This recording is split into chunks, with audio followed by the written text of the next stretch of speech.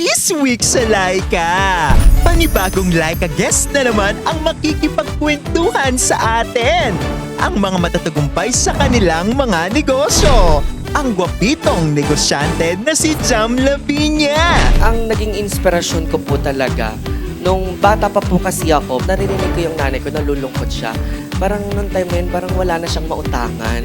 At ang madiskarteng Pinay ng Mandaluyong na si Kate Nicolas. Meron po akong laundry business. At the same time, meron din po akong jewelry shop na nasa Amerika.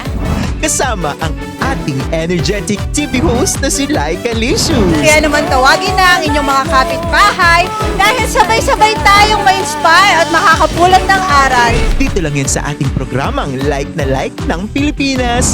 Ang like ko, like mo. Always like a Season 3.